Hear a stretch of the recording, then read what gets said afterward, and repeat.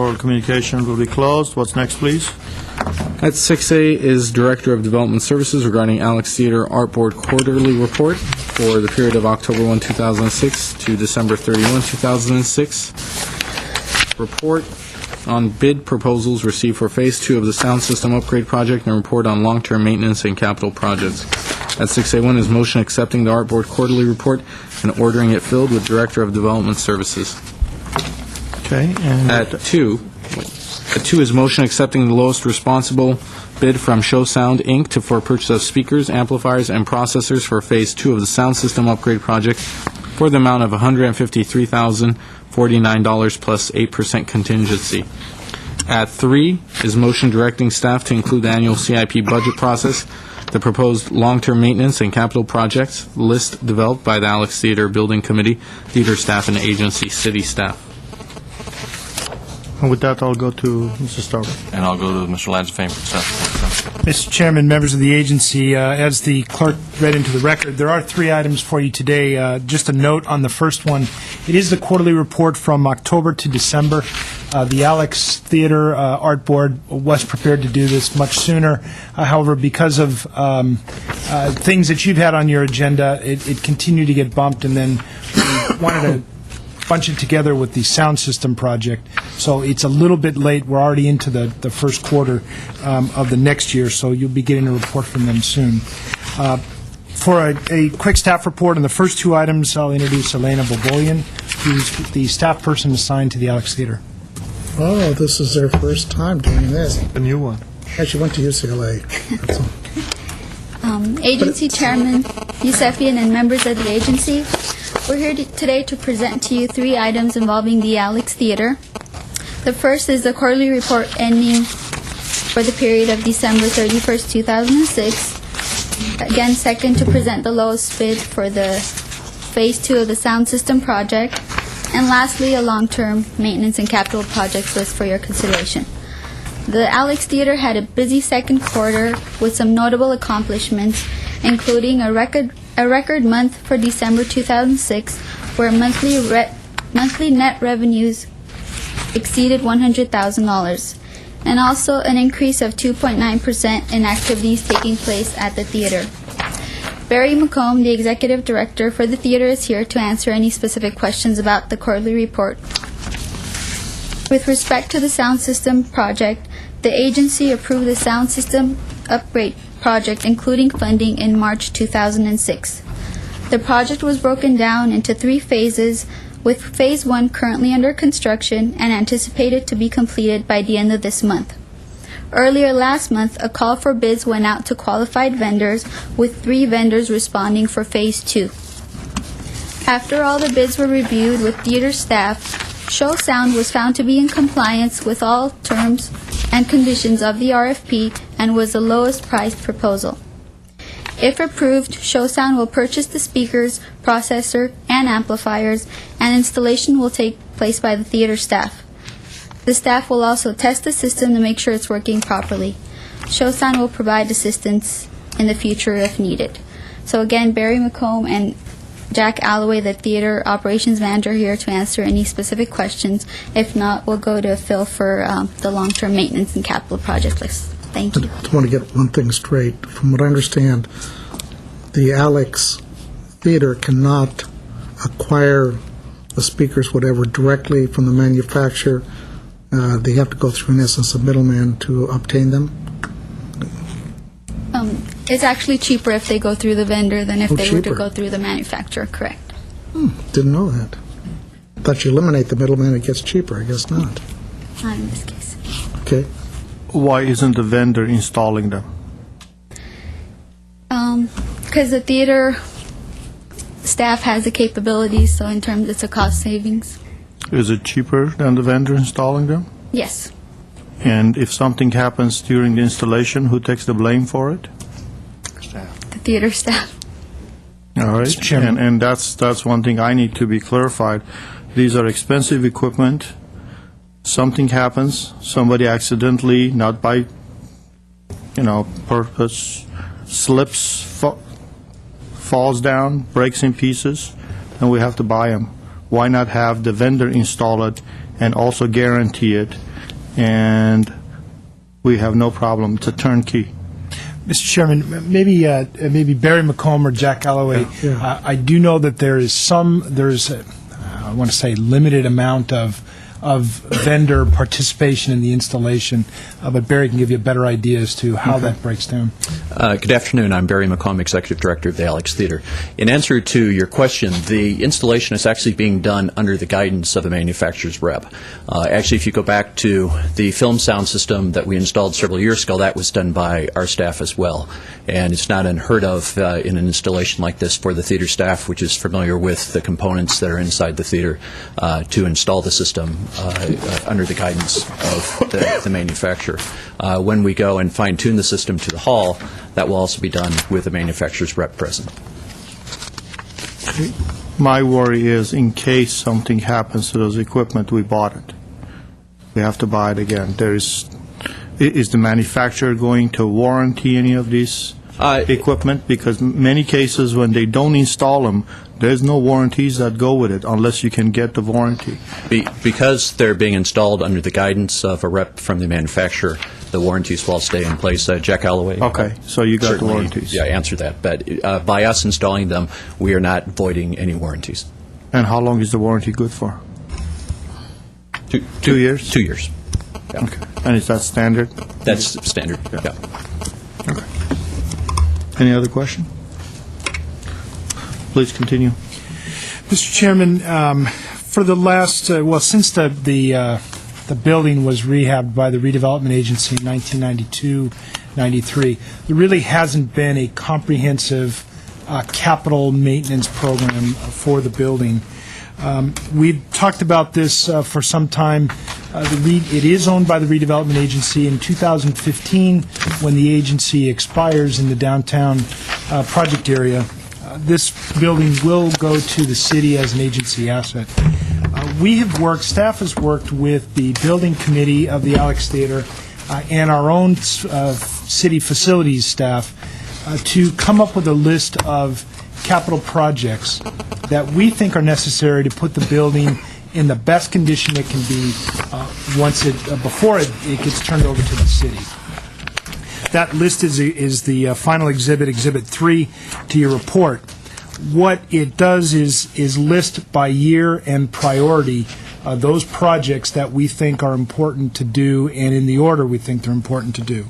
We would include each of these. We're asking for your direction to include these in our future CIP budget requests so that we can take care of these projects on this schedule that we've given you here.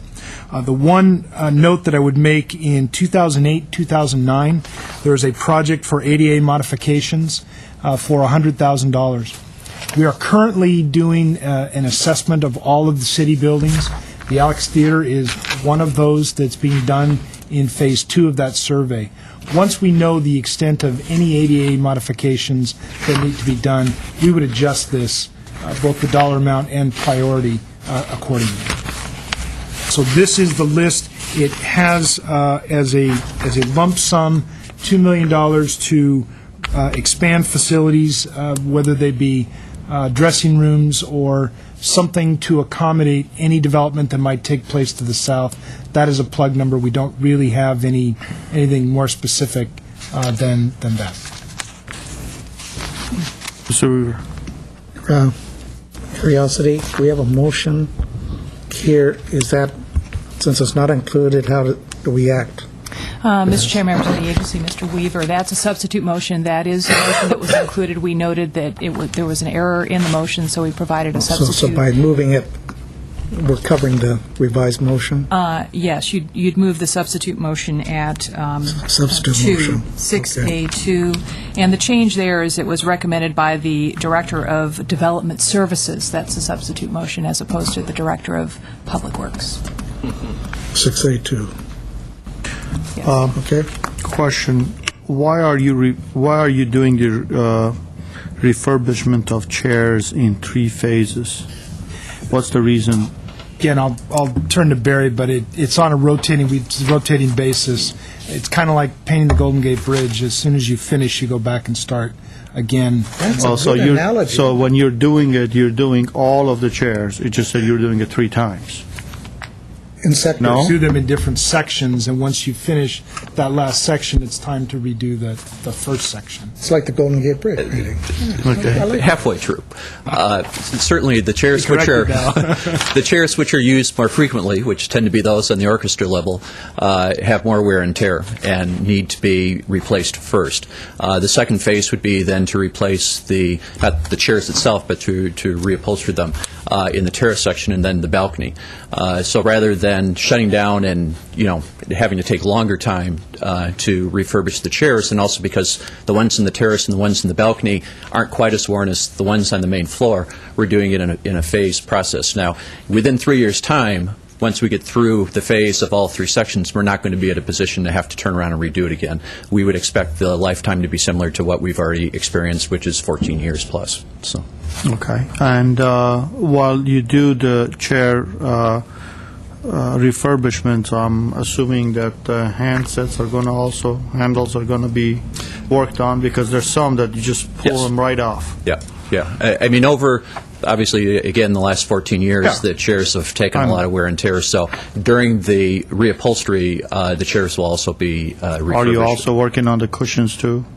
Well, if cushions in some cases need to be, stuffed better than they currently are, then that would also be addressed at the same Because time. I know certain individuals, when they have larger statures, when they sit on them, somehow they have a tendency to just kill the cushion. Yeah. I will note that this is a process that actually happens on site. So whoever winds up Color's going to be the same? We would stay the same. Same, okay. Because that's the historic accuracy within. Okay. And this list was agreed upon by the committee that is in charge of refurbishment of the Alex? It actually originally went through our building committee in a combination with the agency and members of city staff, and then once we came up with the final list there, it actually went to our board as well, and our board approved it before it was submitted to the city as a final document. Is there anything in this list that has been excluded from the list that the committee had? That has been excluded? No. Actually, No. there was no changes made to the list Okay. at all. No. Okay. All right. Okay. Is there a motion? I just want to make a comment first. I keep saying this, but I think Barry and his staff are doing such a great job. When we can pick up the report and say that there's a record month for December, the revenues exceed over 100,000 in 1 month. Something is going right. I don't know when Barry's contract is up, but I think Barry still feels, or should feel, there's more work to do, and I hope he sticks around, because we will become the one of, if not the premier place in the San Fernando Valley for stage productions and the shows that we're doing, even bringing a better, even more, what's the word for it, high-class performers, which is just more revenue into the city coffers. I can see the light at the end of the tunnel. Maybe one of these days the subsidy that we make will decrease. I think it's possible. Yes, Mr. Starbird, I really do. But yeah, well, I like to be hopeful. I think it is. I was opposed to it when I got elected, because I took them down there and said, when are you going to be out of debt? And they said, well, in a couple of years. So I says, I'll be back. That's never happened, but I think we're, under Barry McComb, we're making strides to go that direction. It's just how far Mr. McComb can take it, and depending on how long he stays here. So I'm very hopeful on it. It's a gem for the city. We spent the money, we better embrace it. That's my comments. I'll make the motion that 6A1, can I do all three together? 6A1, 6A2 as substitute motion, and 6A3. There's a motion, is there a second? I'll second it. There's a motion, and a second, roll call, please.